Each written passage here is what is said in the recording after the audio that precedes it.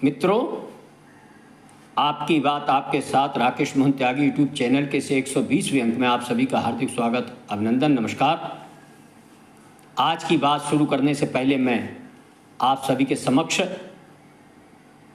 हम सबके जीवन में आने वाले एक वृत्तांत से चर्चा शुरू करना चाहूँगा। मित्रों, हम सब ने देखा है किस प्रकार हमारे परिवार में, हमारे परिजनों में, रिश्तेदारियों में कोई मरीज गंभीर बीमारी से ग्रस्त हो जाता है और कहीं ना कहीं लंबी बीमारी से ग्रस्त होने के कारण उसका मनोबल जब गिर जाता है, उसमें अंदर की आंतरिक इच्छा स्वस्थ होने की नहीं होती और वो अपने को परिस्थितियों प्रभु के सहारे छोड़ देता है, तो फिर डॉक्टर और दवाएं भी उस पर असर करना बंद कर देती हैं। लेकिन उसके परिजनों की उसके लिए स्नेह के कारण डॉक्टर चेंज करना, अस्पताल चेंज करने का लोग सलाह देते हैं और वह इस पर काम भी करते हैं। वो ठीक होता है नहीं होता है एक अलग विषय है। मित्रों, आज भारतीय राजनीति की एक बहुत पुरानी वृद्ध अवस्था को प्राप्त कांग्रेस पार्टी का भी यही हाल है। कांग्रेस पार्टी सन 1984 से आज तक बीच में एक दो बार सरकारों में रही है, लेकिन कभी भी पूर्ण बहुमत प्राप्त नहीं कर पाई। ये जो गंभीर रोग उसका उत्पन्न हुआ है, ये सन 84 से आज 2024 तक 40 साल का बड़ा समय ये जो गुजरा है, लेकिन कभी भी उन लक्षणों को नहीं पहचान पाई कि आखिर वो क्यों रोगग्रस्त हुई। और लगातार वो डॉक्टर्स चेंज करती रही, कभी डॉक्टर मनमोहन सिंह के नेतृत्व में, कभी नरसिंह राव जी के नेतृत्व में, कभी श्रीमती सोनिया गांधी के लंबे नेतृत्व में। इसके बाद जैसा कि परिवारवादी राजनीतिक दलों का इतिहास रहता है कि उनके जो वंशज होते हैं उनको वह नेतृत्व सौंप दिया जाता है डॉक्टर के रूप में, और उनसे उम्मीद की जाती है कि वह इसकी दशा और दिशा ठीक रखेंगे। लेकिन मित्रों, हम सब ने देखा है कि इस देश के अंदर जितने भी राजनीतिक दल हैं, जो परिवारवादी दल हैं, वंशवादी दल हैं, उन्होंने इस देश की स्थिति को जितना नुकसान पहुंचाया है, चाहे लोकतंत्र हो, चाहे अन्य व्यवस्थाएं हो, राजनीति को, उतना शायद ही किसी ने पहुंचाया हो। लेकिन इसके बाद भी इनके परिवारवादी आधार पर चलने वाले राजनीतिक दल अपना नेतृत्व उन्हीं लोगों को सौंपते हैं और उनमें उनके जो नए पीढ़ी के नेता बनते हैं उनको वो कमी कमाई चीज़ मिलती है, इसलिए वो उसको समझ नहीं पाते। वो केवल अपनी विरासत के आधार पर राजनीति में आगे बढ़ने का प्रयास करते हैं और वो समझते हैं कि हम जो भी कुछ उल्टा सीधा करेंगे, जनता हमें हमारे पूर्वजों की भांति स्वीकार करेगी। मित्रों, कांग्रेस पार्टी में भी अब छुपे तौर पर एक नए डॉक्टर का कांग्रेस पार्टी को उद्धार के लिए आगमन हो रहा है। बहुत लंबे समय से इसकी मांग भी उठ रही थी, हम सब ने देखा है। केरल के वायनाड में श्रीमती प्रियंका वाड्रा जी ने लोकसभा चुनाव के लिए जो उनके भाई ने छोड़ी थी उस पर पर्चा दाखिल किया है और अपनी संसदीय पारी का शुभारंभ वहां से करने जा रही हैं। मित्रों, बड़ा आश्चर्य का विषय होगा जब दोनों भाई बहन इस पार्टी के उद्धार का जिम्मा, इस पार्टी के नेतृत्व का जिम्मा लोकसभा के अंदर किस प्रकार करते हैं। ये सब देखना बड़ा रोचक होगा। और कुछ इससे पहले कि उनका हम देखें, लेकिन जब डॉक्टर्स को, नए डॉक्टर को बुलाया जाता है तो उसकी कुछ विशेषताओं के बारे में भी पता किया जाता है।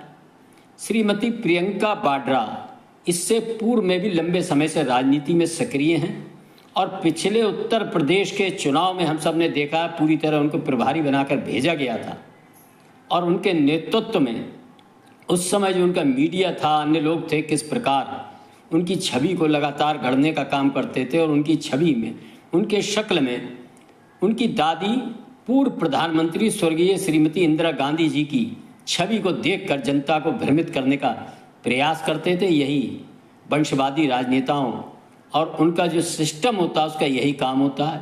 और सुनने में तो ये आया कि उन्होंने अपनी दादी की तरह नाक दिखे इसके लिए कुछ अतिरिक्त प्रयास भी किया है। लेकिन दादी की तरह नाक दिखने के बावजूद भी दादी वाली कोई बात नज़र न आने के कारण हम सब ने देखा, लगातार कई चुनाव में प्रचार में जाने के बाद, पूरी तरह प्रभारी के तौर पर उत्तर प्रदेश में रहने के बाद कांग्रेस पार्टी का परिणाम शून्य ही रहा था। ये बहुत ही लज्जाजनक प्रदर्शन था। लेकिन इस प्रदर्शन, अगर वो जीत जाते हैं ऐसे लोग, विरासत के आधार पर राजनीति करने वाले लोग, तो उनके सारे लोग उनकी वाहवाह करते हैं, और जब पराजय आती है तो उसका ठीकरा किसी अन्य के सिर पर फोड़ा जाता है।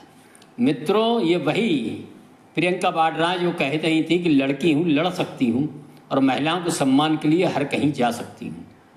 लेकिन हम सब ने देखा हाथरस के बाद, उत्तर प्रदेश में हार के बाद, पश्चिम बंगाल का संदेश खाली जैसा महिलाओं के सम्मान से जुड़ा हुआ मुद्दा हो, चाहे अन्य उनके जहाँ राज्य सरकारें थी वहाँ महिला सम्मान से जुड़ा हुआ, महिला उत्पीड़न से जुड़ी कोई घटना हो, वह कहीं नहीं जा पाई। ये दिखाता है कि उनमें आगे बढ़कर नेतृत्व करने की कोई क्षमता नहीं है। और कांग्रेस पार्टी है, ये उनका विषय है, और उन्होंने उनको संसदीय राजनीति में उतारने का शुभारंभ किया है। मेरी तो उनको शुभकामनाएं, विजयी हों। और जो सीट है वह मुस्लिम लीग की सीट है, और वहाँ एक धर्म विशेष के लोगों का बहुत भारी जनमत है, इसलिए उन्हें जीतना ही है। और जीतकर वह कैसे, यदि वो अच्छा प्रदर्शन करती हैं संसद के अंदर, तो कहीं ना कहीं राहुल गांधी पर उंगली उठेगी, और वो प्रदर्शन अपने भाई की तरह ही जलेबी या आलू से की मशीन सोना बनाने वाली इस तरह का कुछ करती हैं। कोई देश को सही नेतृत्व, अपनी पार्टी को सही दिशा, अपनी पार्टी के लिए सही मुद्दे और उन मुद्दों को संसद में उठाने का काम ठोस तरीके से नहीं कर पाती हैं, तो उनकी पार्टी व गांधी परिवार की विरासत पर निश्चित ही प्रश्न चिन्ह तो लग ही चुका है। लेकिन ये प्रश्न चिन्ह और बड़ा होकर उनके सामने खड़ा होने वाला है। मित्रों, एक विरासत के आधार पर राजनीति करने वाली श्रीमती प्रियंका वाड्रा ही नहीं है। महाराष्ट्र में हम सब देख रहे हैं किस प्रकार, मैंने पिछले अंकों में आपको बताया था कि ठाकरे परिवार की विरासत को लेकर राजनीति करने वाले उद्धव ठाकरे की आज क्या स्थिति हो गई है। न इधर के रहे न उधर के रहे, आज वो कितने मजबूर और विवश नजर आते हैं। इन चुनाव के बाद उनके भविष्य के सामने भी बहुत बड़ा संकट व प्रश्न चिन्ह लग रहा है। मित्रों, इस संबंध में कबीरदास जी का एक दोहा याद आता है कि गुरु गोविंद दो खड़े काके लागू पाए, बलिहारी गुरु आपने गोविंद दियो बताए। ये जो विरासत के आधार पर राजनीति करने वाले लोग जो आज संघर्ष करने को मजबूर हैं, ये समझते नहीं है कि जनता रूपी प्रभु को मिलने का माध्यम केवल और केवल गुरु के रूप में संगठन ही है। यदि आपका संगठन ठीक नहीं, आप संगठन में समय नहीं देंगे, संगठन को ठीक नहीं करेंगे, अपनी विचारधारा के आधार पर संगठन को खड़ा नहीं करेंगे, तो फिर आपको प्रभु के दर्शन नहीं होंगे, आपको गोविंद, जनता रूपी गोविंद के दर्शन नहीं होंगे। और राजनीति में, लोकतंत्र में यदि जनता रूपी गोविंद का आशीर्वाद आपको प्राप्त नहीं होगा, तो आप सत्ता की राजनीति में आगे नहीं बढ़ सकते, आपका मिटना निश्चित ही है।